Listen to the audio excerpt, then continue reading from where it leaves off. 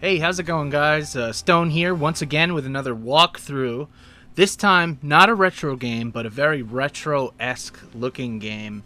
This is the Castlevania inspired Bloodstained Curse of the Moon by Inti Creates. Now, this came out, I think, last year or just a little less, a little more than that, but it was originally conceived as like a Kickstarter goal for the full Bloodstained game, Ritual of the Night, which just came out. So to commemorate that, it just came out and it's actually pretty good for what it is. I decided we'd play the canonically first one in the series, Bloodstained Curse of the Moon. Let's game start.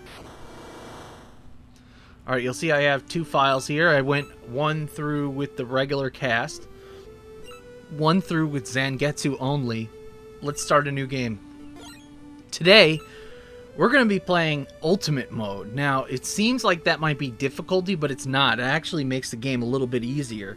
This is where you start with, you can still collect all the party members, but Zangetsu gets all of his special moves from the solo mode transferred over here. So you can basically have your cake and eat it too, and just have like the most overpowered party.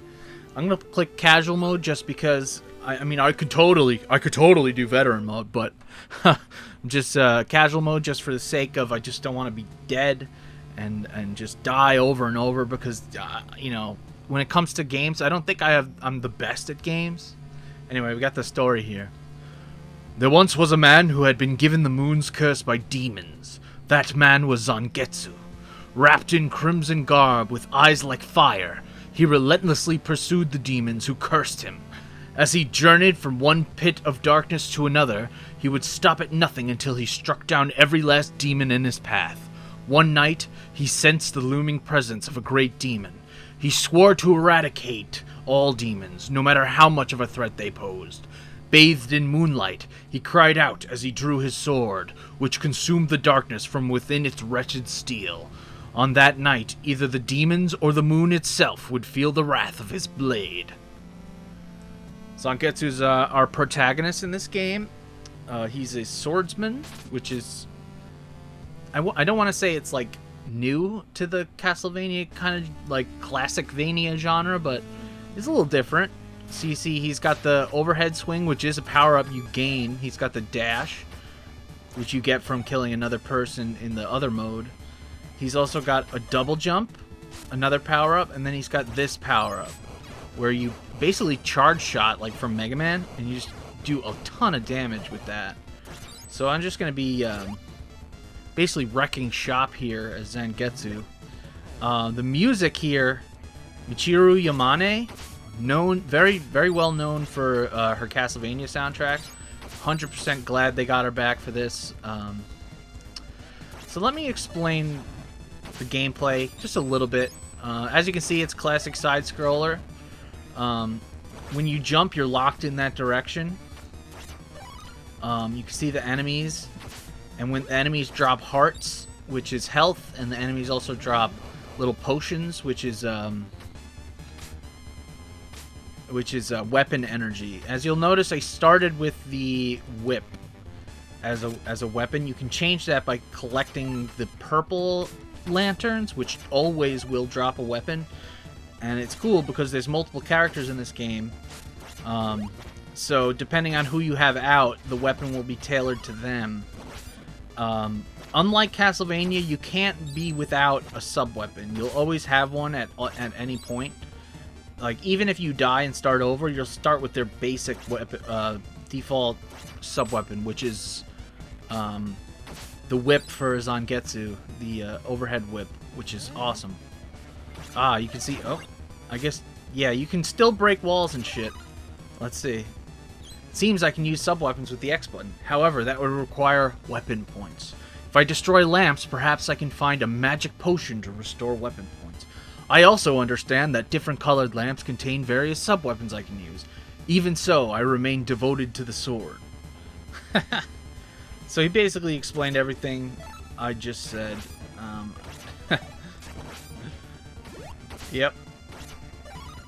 So the whip is good for knocking people, enemies. Ah, there you go. You see, sometimes you can get stuff. Oh, you know what I like? You can jump onto the stairs. Now, you can't jump off the stairs, so it's not exactly like Rondo of Blood. But it's pretty goddamn close to it, which is always appreciated.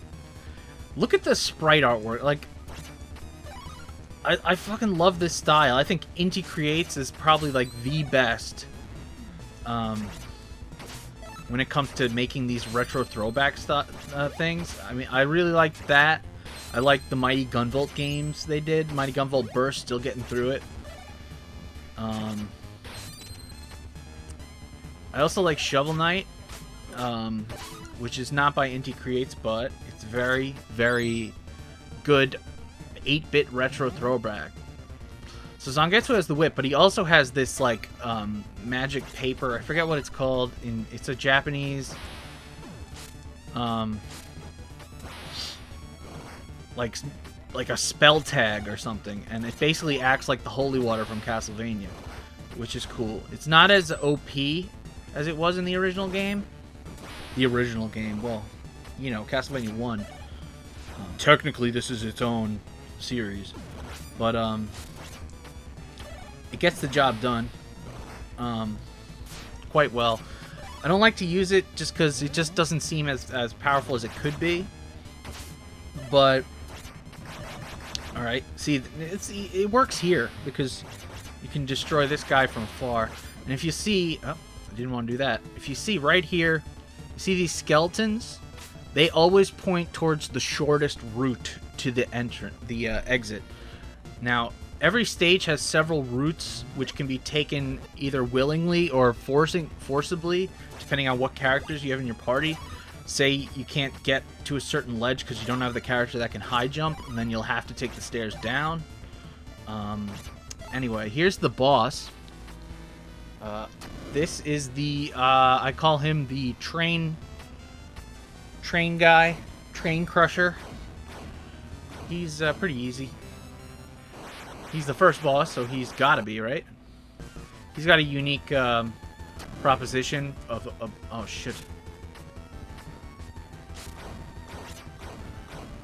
So yeah, so he pulls those stairs towards him, and you can use that to get to his face. Oh, but since Zangetsu can double jump, I can easily... Look at this. Since it's ultimate mode, some of the bosses have been changed up, like difficulty and AI-wise, but it's nothing too crazy.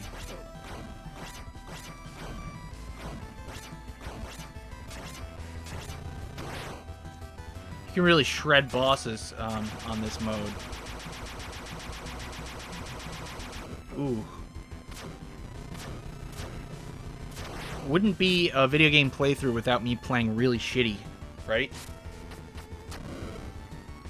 Come on, how the fuck did I overshoot that? Alright, now I'm out of weapon energy.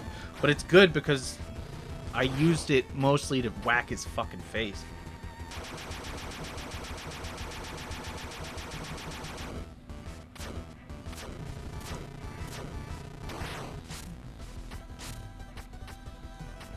Alright. We should be approaching time. If I was a speedrunner. Alright. Now each boss gets a final attack, which, while devastating, cannot kill you. However, if you were playing veteran mode, if you dodge the attack, like I stood behind these stairs here to dodge that thing. On veteran mode, every time you successfully dodge their final attack, you get an extra life, which is pretty appreciated in this game. It's a tough little bugger. But now we're coming upon our first recruitment. Now this is Mariam, who is the main character of the main game, Ritual of the Night. Thank you for saving me. Was it the demon's power you used to seal that beast? You're a shardbinder. That power can summon forth demons at will. I cannot allow that. Wait! It is true that I am a shardbinder. However, I have sworn to be ever righteous in my command of this power. I refuse to be used for evil. Then show me the proof of that determination in battle. So basically, I recruited her, and she's a playable character now. And I can switch between them. She's got a high jump and everything.